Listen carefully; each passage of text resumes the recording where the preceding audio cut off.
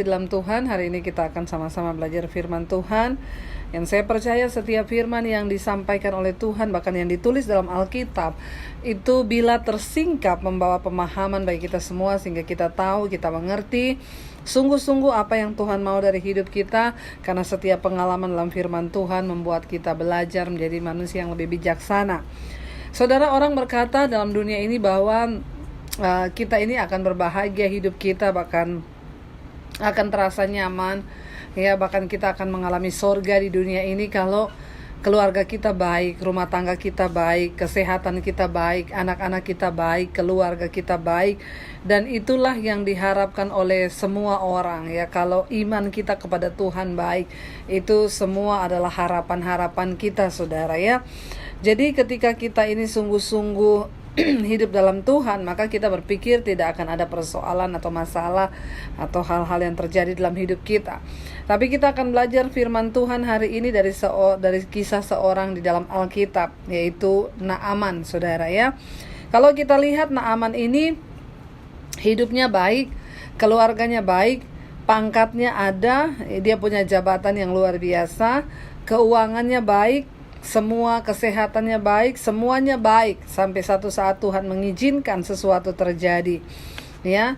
Di hubungannya dengan Tuhan juga baik.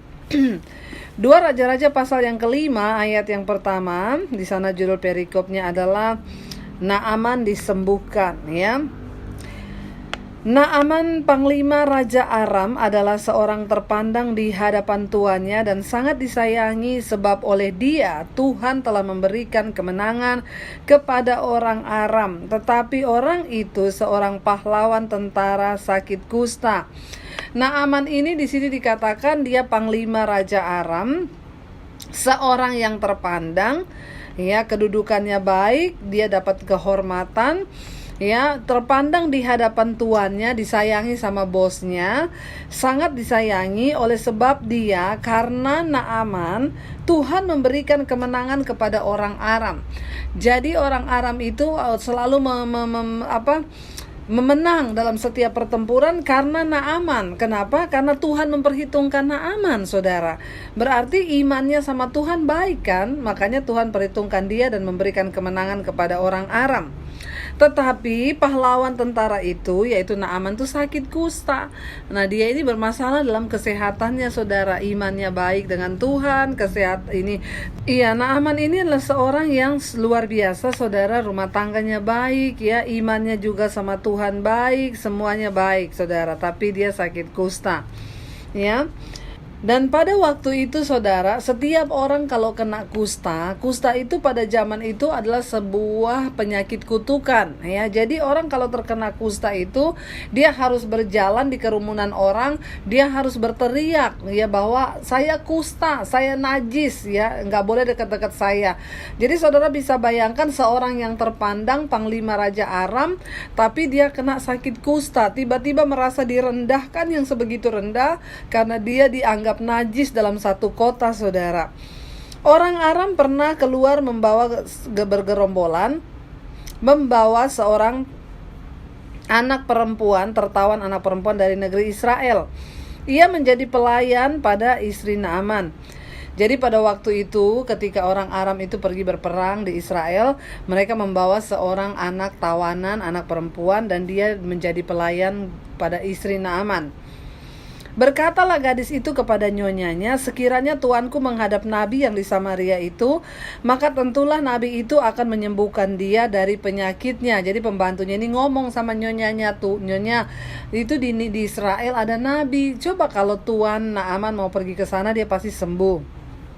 Ayat yang keempat, lalu pergilah Naaman memberitahukan kepada tuannya. Katanya beginilah yang dikatakan oleh gadis yang dari negeri Israel itu. Maka jawab Raja Aram, baik, pergilah dan aku akan mengirim surat kepada Raja Israel. Lalu pergilah Naaman dan membawa sebagai persembahan 10 talenta perak dan 6.000 shikal emas dan 10 potong pakaian. Saudara, waktu Naaman ngomong kepada Raja Aram, bahwa dia akan berangkat ke Israel untuk mencari kesembuhan. Lalu Raja Aram itu menulis surat kepada Raja Israel. Pada zaman itu orang Israel itu sangat takut kepada kepada Aram. Kenapa? Karena mereka terkenal dengan pasukannya yang sangat luar biasa, selalu menang dalam setiap pertempuran. Jadi ketika Naaman pergi ke Israel, Raja Aram menulis surat buat Raja Israel, bukan lagi sebagai hubungan bahwa dia mau pergi berobat atau mencari nabi yang bisa menyembuhkan di Israel, tapi ini sudah menjadi satu kunjungan kenegaraan, saudara. Kenapa? Karena Naaman ini panglima perang, orang yang punya kedudukan, orang penting, saudara, ya. Lalu pergilah dia, maka jawab Raja Aram, "Baik, pergilah, dan aku akan mengirim surat kepada Raja Israel." Lalu pergilah Naaman dan membawa. Jadi saudara, persembahan yang dibawa oleh Naaman 10 talenta perak, 6.000 shikal emas, itu kalau dirupiahkan jumlahnya miliaran. Dia membawa kekayaan, jumlah uang yang miliar. Untuk apa? Mencari kesembuhan. Karena pada zaman itu orang yang sakit kusta tidak ada obatnya dan tidak mungkin disembuhkan. Itu penyakit kutukan, saudara, dianggapnya pada zaman itu. Ayat yang ke-6, ia menyampaikan surat itu kepada Raja Israel, yang bunyinya, "Sesampainya surat ini kepadamu, maklumkanlah kiranya bahwa aku menyuruh kepadamu Naaman pegawaiku, supaya engkau menyembuhkan dia dari penyakit kustanya." Jadi Raja Aram ini menulis surat buat Raja Israel, "Nih ada ya panglima saya nih lagi pergi nih ke sana, tolong kamu sembuhkan penyakit kustanya."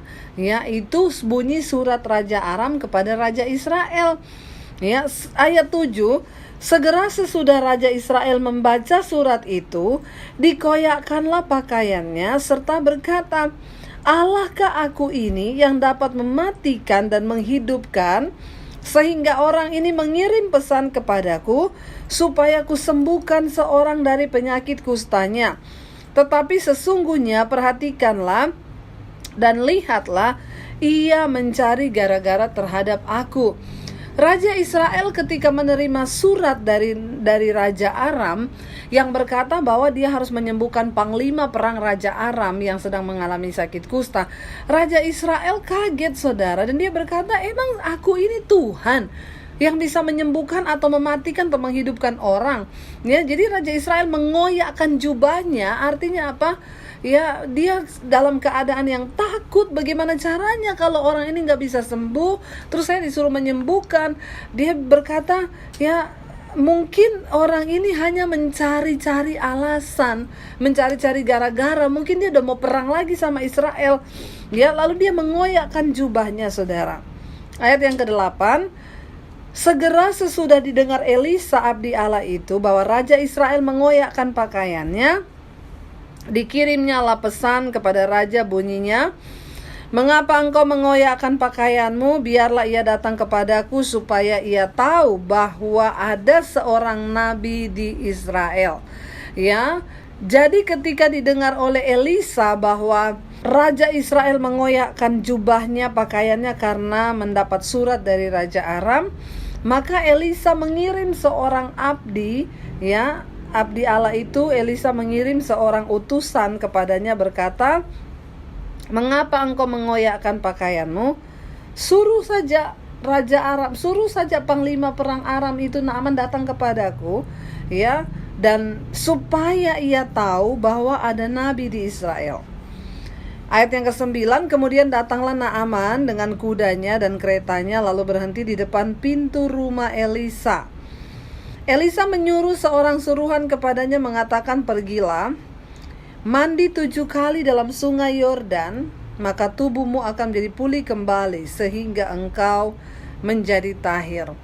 Saudara, kita bisa membayangkan seorang panglima perang yang kedudukannya terhormat, tinggi, dan sangat disegani, tiba-tiba kena kusta. Di situ rasanya semua hampa, dunia terasa seperti kiamat. Sudah semuanya pupus, karirnya habis, karena penyakit kusta itu penyakit kutukan yang tidak bisa disembuhkan. Tapi akhirnya dia datang ke Israel, ketemu dengan Raja Israel. Lalu dia ketemu dengan Elisa.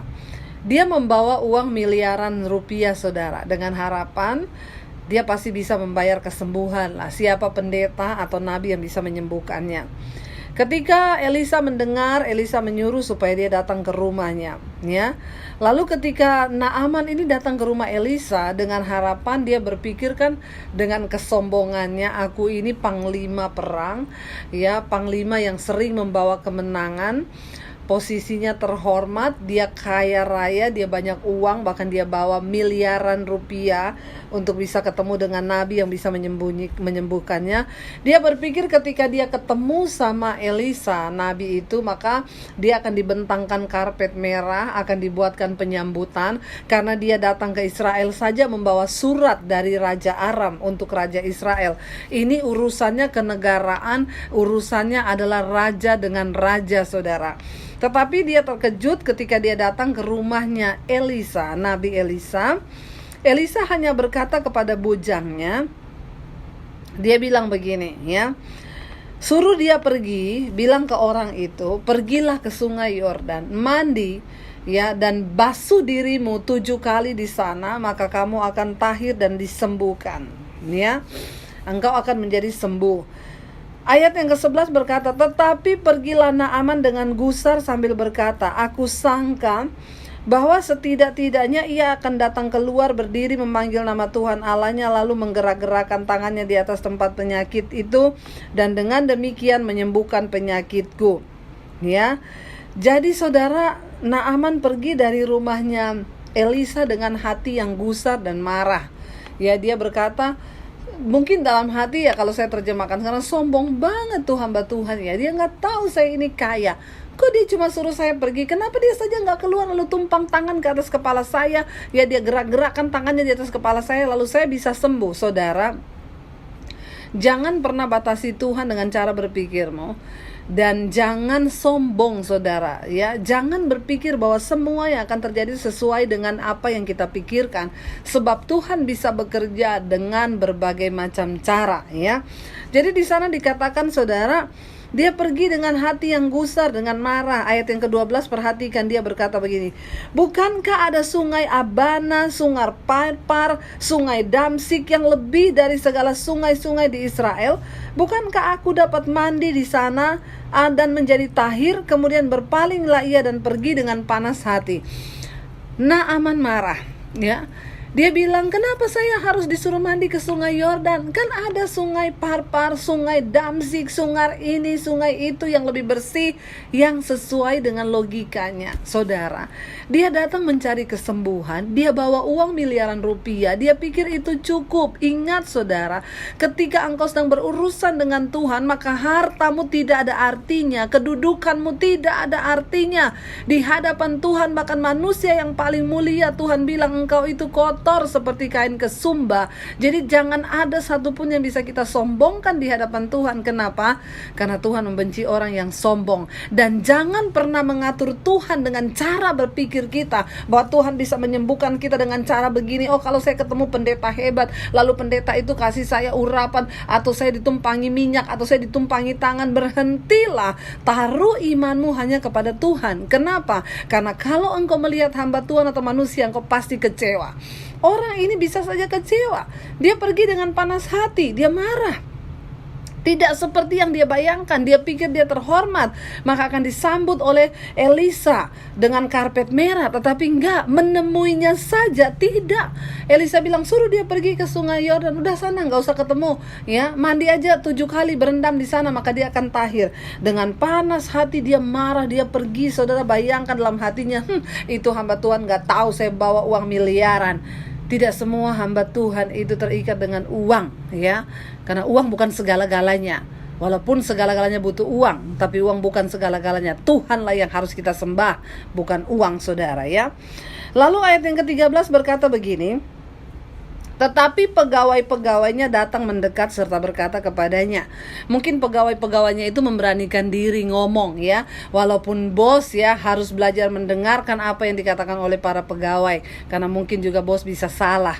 Ya, pegawainya datang dan berkata begini dengan hati-hati, ya, Bapak. Kan dia lagi marah nih, saudara, lagi gusar hatinya, panas hatinya. Alkitab berkata, Bapak, mereka bilang, Seandainya nih Pak ya, seandainya Nabi itu menyuruh perkara yang lebih sukar lagi kepada Bapak, bukankah Bapak akan melakukannya? Apalagi sekarang ini dia cuma suruh Bapak itu mandi dan engkau akan menjadi tahir. Saudara, sering kali kesombongan kita, amarah kita, harga diri kita, gengsi kita akan membuat kita tidak bisa melihat kemuliaan dan mujizat Tuhan. Kenapa? Karena kita marah. Ya, tapi ingat, untung ada pegawai-pegawainya, orang rendahan, tidak selalu bos, pemimpin, gembala, pendeta itu benar. Seringkali Tuhan juga memakai orang-orang yang ada di bawah kita untuk menegur kita supaya kita kembali kepada jalan Tuhan, ya. Lalu pegawainya berkata, Bapak itu kan kesini cuma mau sembuh. Kalau itu hamba Tuhan suruh Bapak lakukan yang lebih susah lagi, bukankah Bapak akan melakukan? Yang penting sembuh. Kenapa? Nggak ada obatnya zaman itu kusta. Hanya mujizat Tuhan yang bisa menyembuhkan. Dan ini kan satu-satunya jalan, Pak. Udah jauh-jauh Bapak kesini, dia cuma minta Bapak mandi di sungai Yordan. Tanggalkanlah semua egomu, tanggalkanlah semua kesombonganmu, tanggalkanlah semua tinggi hatimu, dan belajarlah taat kepada kehendak Tuhan. Amin. Karena waktu kita taat pada kehendak Tuhan, maka kita akan melihat. Ingat saudara, uangmu tidak akan pernah bisa mengganti ketaatanmu di hadapan Tuhan. Hartamu, bahkan pelayananmu yang seabrek-abrek tidak akan pernah bisa mengganti ketaatanmu di hadapan Tuhan. Karena ketaatan pada Tuhan itu harga mati yang harus kita semua lakukan supaya kita melihat mujizat dan perkenanan Tuhan dalam hidup kita. Naaman akhirnya berpikir ketika pegawainya memberikan dia nasihat. Ya, mereka bilang kalau dia cuma suruh mandi, kenapa Bapak nggak mau lakukan? Kan yang penting Bapak tuh sembuh, ya. Lalu saudara, ayat yang berikutnya dikatakan begini saudara, ayat 14. Maka turunlah ia, lalu membenamkan dirinya 7 kali dalam sungai Yordan, sesuai perkataan abdi Allah itu. Lalu pulihlah tubuhnya kembali, ya, seperti tubuh seorang anak, dan ia menjadi tahir. Dan ketika dia menanggalkan semua kesombongannya, dan ketika dia menanggalkan semua sakit hati dan amarahnya, dan dia belajar tunduk dan taat pada perkataan Tuhan lewat hambanya, apa yang terjadi? Dia mengalami mujizat, dia mengalami kesembuhan. Ayat yang ke-15. Kemudian kembalilah ia dengan seluruh pasukannya kepada abdi Allah itu. Setelah sampai, tampillah ia ke depan Elisa dan berkata, sekarang aku tahu bahwa di seluruh bumi tidak ada Allah kecuali di Israel. Karena itu terimalah kiranya suatu pemberian dari hambamu ini. Tetapi Elisa menjawab, demi Tuhan yang hidup yang di hadapannya aku menjadi pelayan, sesungguhnya aku tidak akan menerima apa-apa. Dan walaupun Naaman mendesaknya supaya dia menerima sesuatu, ia tetap menolak. Akhirnya berkatalah Naaman, jika demikian biarlah diberikan kepada hambamu ini tanah sebanyak muatan sepasang bagal, sebab hambamu ini tidak lagi akan mempersembahkan korban bakaran atau korban sembelihan kepada Allah lain kecuali kepada Tuhan. Dan kiranya Tuhan mengampuni hambamu ini dalam perkara yang berikut. Apabila tuanku masuk ke kuil Rimon untuk sujud menyembah di sana, dan aku menjadi pengapitnya sehingga aku harus ikut sujud menyembah dalam kuil Rimon, itu kiranya Tuhan mengampuni hambamu ini dalam hal itu. Maka berkatalah Elisa kepadanya, pergilah dengan selamat. Setelah Naaman berjalan tidak berapa jauh daripadanya. Saudara perhatikan di sini. Ketika Naaman taat kepada Tuhan, dia mengalami mujizat. Dan ketika dia mengalami mujizat, dia kembali kepada Elisa. Lalu dia berkata, terimalah persembahanku ini. Tetapi Elisa tidak mau menerima pemberian, sekalipun miliaran jumlah uangnya. Kenapa? Karena Naaman adalah seorang yang terpandang, dan dia datang membawa uang yang begitu banyak dan dia datang dengan segala kesombongan. Saudara bisa bayangkan kalau Elisa menerima uang miliaran itu, saudara, lalu Naaman sembuh. Lalu kan itu tersiar kabar ke seluruh Antero karena dia ini panglima perang Raja Aram dan semua orang tahu dia kena sakit kusta. Lalu tiba-tiba dia sembuh dari kustanya. Itu akan menjadi berita yang viral dan menggemparkan. Kalau Elisa terima uang miliaran itu, maka Naaman akan berkata, "Oh iya, saya sudah sembuh. Ya, yang sembuhkan saya itu datang ke seorang nabi, tapi saya bayar dia loh. Saya kasih dia duit loh miliaran." Saudara, kalau hari ini engkau menjadi orang yang kaya dan engkau diizinkan Tuhan untuk menabur atau memberkati pekerjaan Tuhan, jangan sombong dan jangan pernah mengungkit itu, karena sebenarnya Tuhan gak butuh duitmu, tapi Tuhan butuh ketaatanmu. Ya, dia akan berkata begitu, "Oh, saya udah bayar loh, saya kasih dia persembahan, makanya juga saya didoakan saya sembuh." Tuhan gak mau. Biar segala kemuliaan hanya bagi Tuhan. Sehingga Raja Aram, sehingga panglima perang Naaman kalau ditanya orang, "Kamu udah sembuh ya?" "Iya, aku mengalami mujizat." "Kamu bayar?" "Enggak, tidak 1 sen pun. Saya enggak berobat kemana-mana. Saya hanya menuruti perintah dari Tuhan dan saya mengalami kesembuhan." Lalu Naaman berkata, saudara perhatikan, di atas tadi dikatakan bahwa Naaman punya iman yang luar biasa sehingga Tuhan memperhitungkan dia untuk memberikan kemenangan. Ternyata imannya selama ini adalah iman yang salah. Dia menyembah di kuil-kuil Rimon sebagai pengapit dia yang membawa persembahan itu. Lalu dia berkata kepada Elisa pada waktu itu, "Ampuni aku dan katakan kepada Tuhan, mohonlah berkat supaya Tuhan mengampuniku, karena aku selama ini sudah mengapit di kuil-kuil Rimon untuk mempersembahkan korban kepada dewa-dewa dan dewi-dewi di sana. Tetapi mulai hari ini," kata Naaman, "aku tahu bahwa tidak ada Tuhan, tidak ada Allah selain di Israel, dan aku tidak akan menyembah kepada Allah lain selain hanya kepada Tuhan." Saudara, seringkali Tuhan mengizinkan kesehatan kita mengalami sesuatu yang buruk seperti Naaman. Keuangannya baik-baik saja, keluarganya baik-baik saja, tetapi kesehatannya akhirnya mengalami sesuatu yang tidak baik. Kenapa? Karena Tuhan ingin imannya yang dipulihkan. Jadi hari ini kalau engkau sedang mengalami persoalan, entah itu dalam keuangan, entah itu dalam kesehatan, entah itu dalam apapun juga, perhatikan baik-baik. Tuhan turut bekerja di dalamnya untuk mendatangkan kebaikan supaya imanmu, supaya engkau berjumpa dengan Tuhan yang benar. Jangan sampai engkau salah seperti Naaman. Selama ini dia menyembah Allah yang salah di kuil-kuil, tetapi dia berkata, "Hari ini aku tahu tidak ada Tuhan selain di Israel. Tuhan yang aku sembah, Allah yang hidup, yang memberikan kesembuhan kepadaku." Jadi hari ini saudara, mungkin engkau sedang diproses Tuhan dalam keluarga, rumah tangga, dalam keuangan, dalam apapun juga. Percayalah satu hal, tidak ada yang terjadi secara kebetulan. Tuhan turut bekerja untuk mendatangkan kebaikan dalam kehidupan kita. Biarlah firman hari ini memberkati kita dan tetap kuat sampai engkau menemukan Tuhan. Ingat, ketaatan tidak bisa digantikan oleh apapun. Uangmu tidak akan pernah bisa menggantikan berkat ketaatanmu. Bahkan jabatan, kedudukan apapun tidak akan pernah bisa menggantikan ketaatan kita di hadapan Tuhan. Biarlah kita terus menyenangkan hati Tuhan dengan mau hidup taat senantiasa di hadapannya. Mari kita